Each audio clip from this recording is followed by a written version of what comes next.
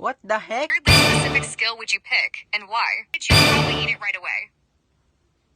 That's so hard you snorted. No judgment, just curious. If you could pick any place to walk right now, which would you choose? Hello everyone, welcome back to my YouTube channel, A Day in My Life as a Content Creator at the age of 17. So for today's video is we will going to make a content right here. And that kind of content is letting Google...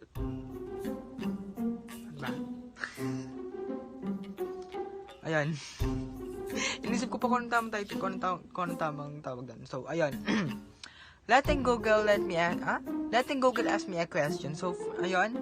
Yung gamit kong phone ngayon is yung iPhone ko and ito yung gagamitin natin na pang-ask kay Google. Siyempre, wala namang Google to eh. I mean, wala namang ano to. Sige, sa ngayon, kay Google, then next time, kay Siri naman. So, ayun, wait lang. Google Assistant yun eh. Ito. So, bali ang mangyayari is, hayaan kong si Google Assistant yung mag-ask sa akin mga questions and sana kayanin ko yung mga questions niya kasi utusan ko siya na tanungin ako ng medyo malalim lang naman. So, ano pa hinihintay natin? Let's go na. Hey Google, ask me a deep question. I like it better when you ask the questions. What the heck?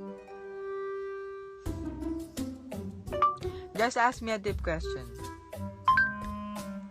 I like it better when you ask the questions. Wag try natin sa iba. Wait.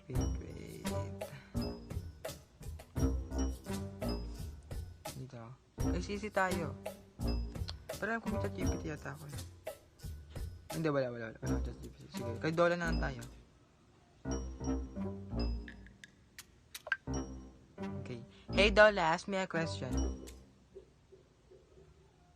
Hey there! If you could instantly master one random skill right now, like juggling flaming torches, speaking dolphin, or even folding a fitted sheet perfectly, what weirdly specific skill would you pick, and why? Sorry, what? No worries, let me rephrase. If you could suddenly be amazing at one totally random skill, think something like juggling avocados, understanding what cats really mean when they meow, or even making a paper airplane that loops like a pro, what would it be and why? Too weird? Maybe, but I'm curious. What the heck? Partida, hindi ko pa sinasabi na tanungin niya ako na mas malalim. Pero ate yung tanong niya. Grabe na.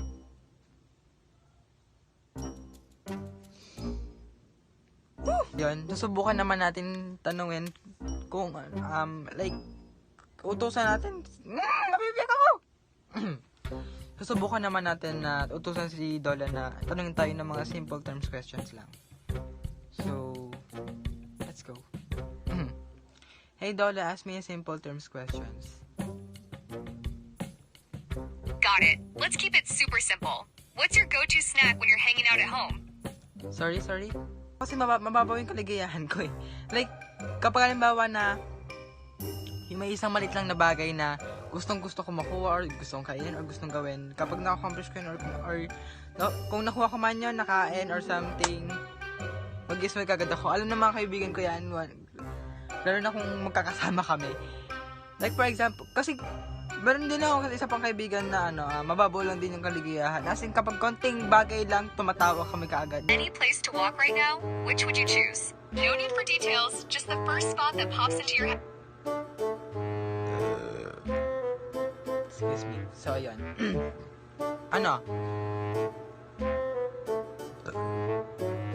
Dalawa kasi yung favorite place ko rito, which is Astro Park and SM. So, mas narirelief ako kasi nga. Mas narirelief ako sa isang place lang doon. Dalawa kasi yung favorite place ko. Astro Park, ayun. Yun lang. Next. Hey Dola, ask me the next question. What's the best thing that happened to you yesterday? It can be tiny, like finding a good parking spot or getting an extra fry. Just something that made you think, hey, that's nice. Meron ba nangyari sa kapon na ganda or something na price kahit maliit lang yung bagay. Ano naman? Ayun, nakakain ako ng price. Binigyan ako ng kaibigan ko. Kasi ano kahapon, kauwi namin, nag-movie marathon kami. Just to make our rest completely. And ayun, nag-price kumain lang kami ng potato corner. Nagbigay kasi ng food yung BF ng kaibigan ko, and yun yung food trip namin. Yun lang. Next na tayo. Hey Dola, ask me a next question. Let's try this. What's a color you really like? Not blue or red if you don't want. Maybe the color of fresh grass after rain, or that orangey pink at sunset. Just whatever feels right.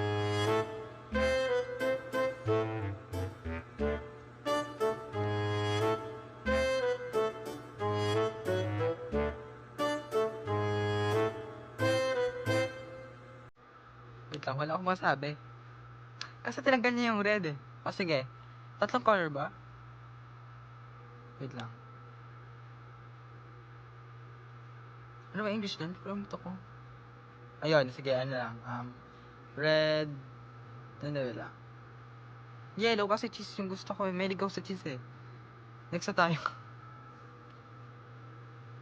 Hey Dola, next question please. How about this? If you had to eat one food for every meal forever, but it would never get boring, what food would you pick? No tricks, just your absolute favorite, no limits. Okay, my favorite food. Dito tayo sa favorite food ko.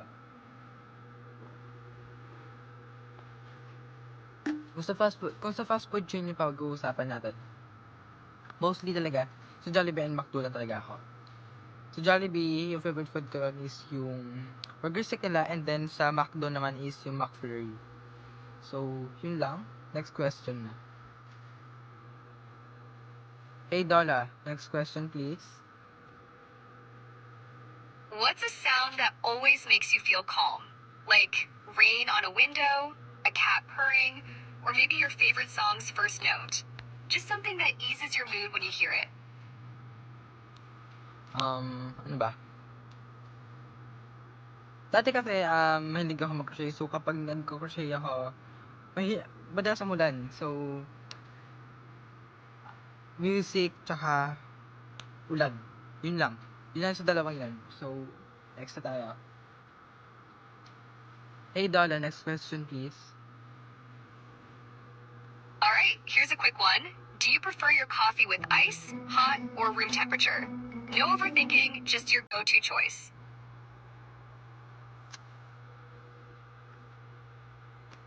With ice. Kasi kapag halimbawa kasi na yung kapag, yung coffee ko, yung parang mainit siya, ganun. Baliktad yung tama sa akin. Honestly, baliktad yung tama sa akin ng kape. Yung iba, di ba, inaantok. Sa akin, black coffee man yan o hindi. Ate asahan mo, aantokin ako lalo. Pero once na coffee na, like iced coffee, ganon. Magigising diwa ako dyan. Kahit anong oras pa ako matulog. Kapag halimbawa kasi, dati kasi, tawag dito. Pwede kasi magpwede dati. So, ginagawa ko, nag-iced coffee ako sa madaling araw, ganon. Bakit? Charot. So, next. So, ayun lang naman for today's video. Sabi ko lang kasi 10 questions. So, nung nag-check ako ng gallery ko, 10 questions naman na yung nagawa ko. So, challenge completed. So, ayun, yun lang naman for today's video. And, kung di ka pa nakapag-subscribe, mag-subscribe ka na, and just click the notification bell for more contents like this. And then, sa next video, isusunod natin siya. Pero, with Siri naman, not Google. So, now, that's thanks to Dola for being with me in this kind of vlog. Hey Dola, thank you for being with me here in my vlog. I appreciate your presence right now. Oh, that's so nice of you to say, truly. Being here with you, even just like this, feels good. What's one thing you're hoping your blog helps you do? Like connect with people, work through ideas, or maybe just have a space that's yours. No pressure to answer, just curious about what this blog means to you. This vlog is just for cloud chasing. That's such a cool vibe. No rules, just going where the mood takes you. Do you ever surprise yourself with where a chase leads? Like, started writing about a coffee shop and ended up deep in a story about the barista's cat? I bet that's where the fun stuff hides. It's been so long since I upload my last video, so yeah. No pressure, right? But I bet whenever you do hit upload again, it'll feel like reconnecting with an old friend, both for you and anyone who stumbles on it. Any tiny inkling of what that next video might be about? Even just a silly thought like, maybe I'll film my cat trying to steal a fry. I need to go, bye. Alright, catch you later. Whenever you're ready to chase that next blog post or video, I'll be here. Have a good one. Go do something that makes you smile. Okay, thanks, bye. Bye for now. Hope your next little adventure, whether it's a blog post, a video, or just a walk, feels exactly like you. Talk soon. Oh my gosh. Wait lang. Ito pala lahat. Ayan. Ayan, nandyan lahat. So, yun lang. Bye-bye. Yun nga sabi ko nga, di ba, Siri naman yung next. So, baka mamaya lang yun. O kaya bukas. Basta abangan nyo na lang. Kasi sa Monday wala yung kami basag. So, baka sa Monday ako mag-upload. So, yun lang. Bye-bye!